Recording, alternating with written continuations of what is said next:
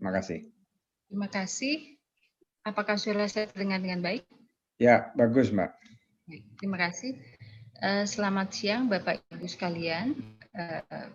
Terima kasih. Selamat pagi, salam Nusantara, Rahayu bagi Ibu Bapak sekalian yang mungkin dari pagi mengikuti konferensi internasional yang kedua agama-agama leluhur kali ini. Pada kesempatan ini kami Komnas Perempuan sangat berbahagia sekali karena dapat bersama-sama kembali bersinergi di tahun kedua ini dengan beberapa lembaga dan jaringan masyarakat sipil untuk bisa menyelenggarakan konferensi ini sebagai bagian dari komitmen kita bersama menguatkan dan mendorong terpenuhinya hak-hak konstitusi penganut kepercayaan agama leluhur dan pelaksana ritual adat. Proses bersama ini kita sadari berdasar pada temuan fakta-fakta persoalan yang masih dirasakan oleh para penghayat kepercayaan dan penganut agama leluhur hingga saat ini masih belum dapat terpenuhi secara optimal sesuai dengan amanat konstitusi. Pada kesempatan kali ini perkenankan saya menyampaikan paparan dari Komnas Perempuan yang dapat menjadi gambaran sebuah komitmen lembaga HAM dan juga bentuk perjalanan pendampingan Komnas Perempuan terhadap perempuan penghayat dan agama leluhur yang selama ini berjuang untuk tetap berdaulat dalam berkeyakinan dan berteguh dalam kebinekaan. Kami mohon bantuan untuk ditampilkan paparan kami, sudah ya. Baik. Terima kasih. Dan sesuai dengan latar belakang sejarah Komnas Perempuan sendiri, Komnas Perempuan terbentuk sebagai sebuah mekanisme HAM yang dilatar belakangi oleh peristiwa sejarah, yaitu peristiwa Mei tahun 98 yang dialami oleh perempuan etnis Tionghoa. Komnas Perempuan sendiri hadir sebagai bentuk tanggung jawab dan kehadiran negara dan didirikan atas keputusan Presiden nomor 181 tahun 98 dan Peraturan Presiden nomor 65 tahun 2005. Tujuan pendirian Komnas Perempuan sendiri mengembangkan kondisi yang kondusif bagi penghapusan segala bentuk kekerasan terhadap perempuan dan penegakan HAM perempuan di Indonesia, serta meningkatkan upaya pencegahan dan penanggulangan kekerasan terhadap perempuan dan perlindungan hak asasi manusia perempuan. Sebagai lembaga HAM yang independen pada periode 2020 hingga 2024 ini, Komnas Perempuan beranggotakan 15 anggota Komisi Paripurna yang di dalamnya menggambarkan representasi keragaman masyarakat dan unsur masyarakat yang ada, termasuk di dalamnya saya sendiri di Komnas Perempuan memiliki latar belakang sebagai perempuan, kepercayaan, dan masyarakat adat. Dan saya merasa sangat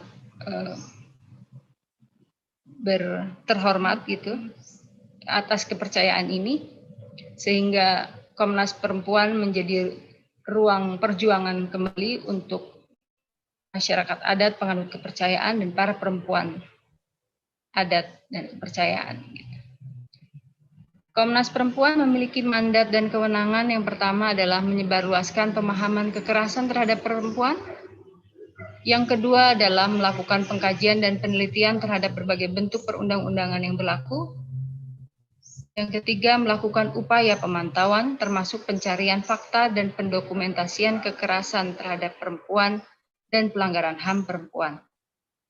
Mandat keempat adalah memberikan saran dan pertimbangan kepada pemerintah, lembaga legislatif dan yudikatif, serta organisasi-organisasi masyarakat. Dan yang kelima, mengembangkan kerjasama regional dan internasional seperti yang kita lakukan, kolaborasi antar jaringan seperti ini. Adapun kerangka kerja dari Komnas Perempuan merujuk pada Undang-Undang Dasar Republik Indonesia tahun 45 di mana memberikan jaminan hak asasi manusia dan tanggung jawab negara dalam pemajuan penegakan hak asasi manusia. Kerangka kerja kedua adalah Undang-Undang Nomor 7 tentang tahun 80 tentang pengesahan Konvensi Segala Bentuk Diskriminasi Terhadap Perempuan atau SIDO yang menegaskan bahwa diskriminasi merupakan salah satu bentuk kekerasan terhadap perempuan. Berikutnya adalah Undang-Undang Nomor 5 Tahun 98 tentang pengesahan Konvensi menentang penyiksaan dan perlakuan atau perlakuan lain yang kejam dan atau tidak manusiawi atau CAT,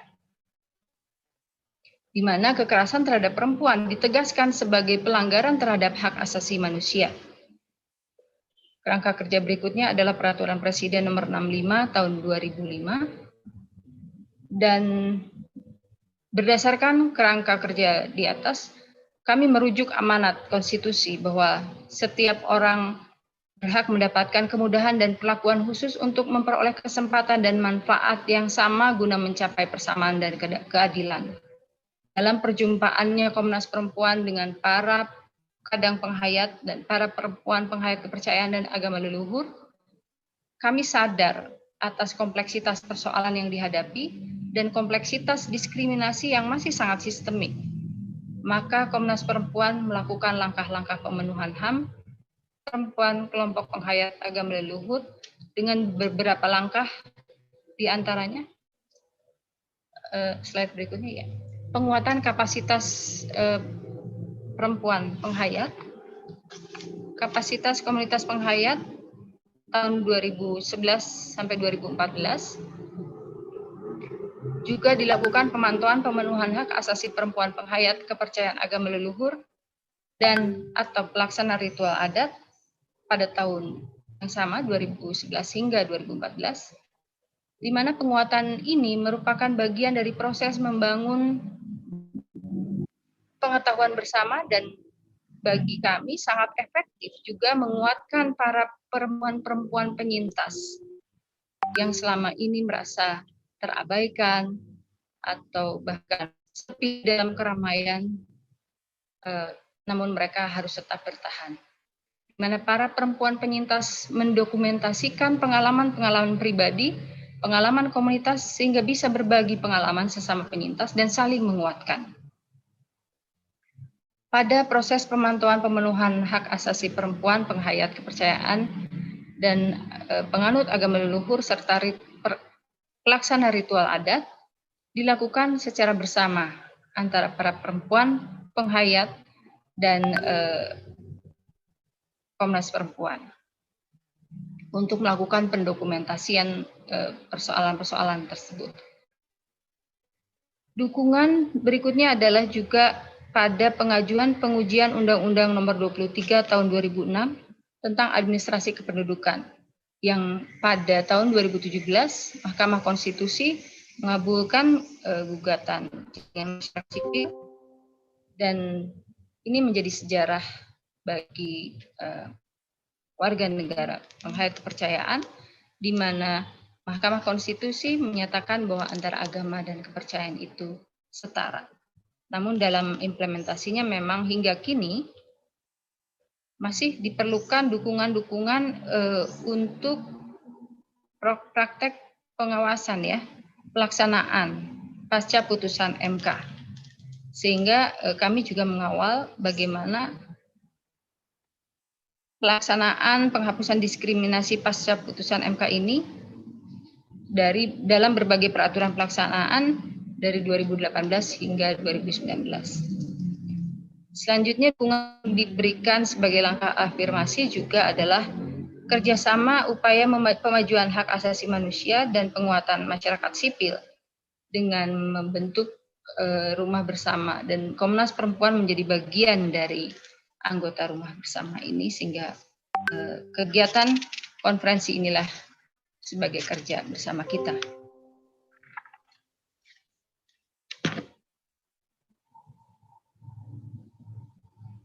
Pengalaman perempuan pada kekerasan dan diskriminasi berbasis agama yang berhasil kami pantau dan dijadikan sebagai dokumen telah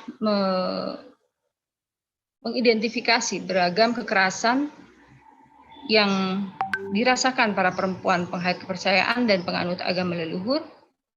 Bentuk-bentuk kekerasan seperti stigma, intimidasi, pelecehan seksual, pembunuhan, dan bahkan penganiayaan.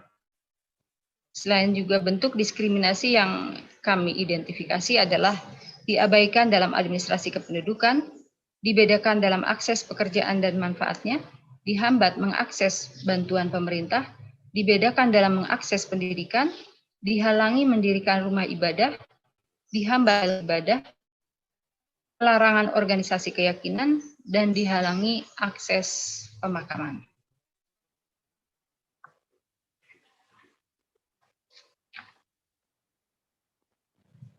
Kami memantau sebetulnya juga ada memang beberapa langkah kemajuan.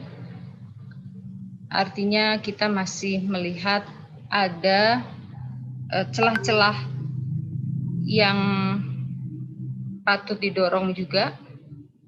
Dan buat kami optimisme tetap harus dibangun untuk pemenuhan masyarakat kepercayaan dan penganut agama leluhur, di mana kami menyampaikan rekomendasi dan langkah-langkah ke depan adalah sebagai berikut. Di slide selanjutnya. Perbaikan produk hukum dan kebijakan agar dapat secara sungguh-sungguh menegakkan kemerdekaan beragama, berkeyakinan, dan bebas dari segala bentuk kekerasan dan diskriminasi. Mengembangkan mekanisme untuk mengawasi pelaksanaan prinsip non-diskriminasi, termasuk atas dasar keyakinan dan gender, dalam mencegah, menangani, dan memastikan ketidakberulangan kekerasan dan diskriminasi, termasuk atas dasar keyakinan dan gender, dalam setiap aspek dan lembaga penyelenggara pemerintahan dan penegakan hukum. Kami memandang masih ada cara pandang atau paradigma para pengambil kebijakan yang masih sangat diwarnai dengan identitas keyakinan yang dimilikinya, bukan pada dasar pemenuhan hak-hak konstitusi warga negara.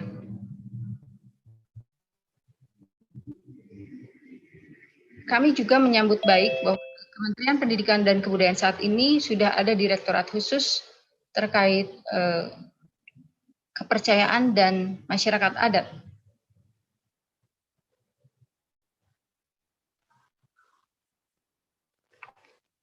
Kami berharap pada direktorat kepercayaan dan masyarakat adat ini juga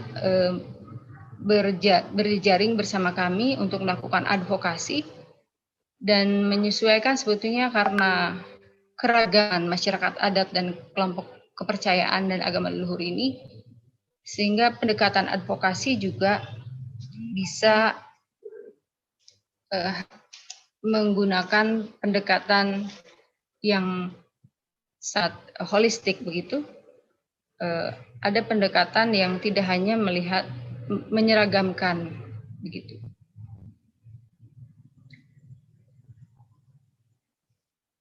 Sesuai dengan keragaman yang ada, masyarakat penghayat kepercayaan penganut agama leluhur ditempatkan sebagai subjek hukum, maka advokasi yang dilakukan hemat kami harus berperspektif dengan pendekatan pluralisme hukum.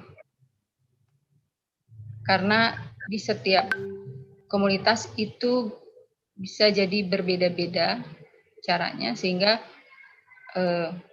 ketika pemenuhan hak-hak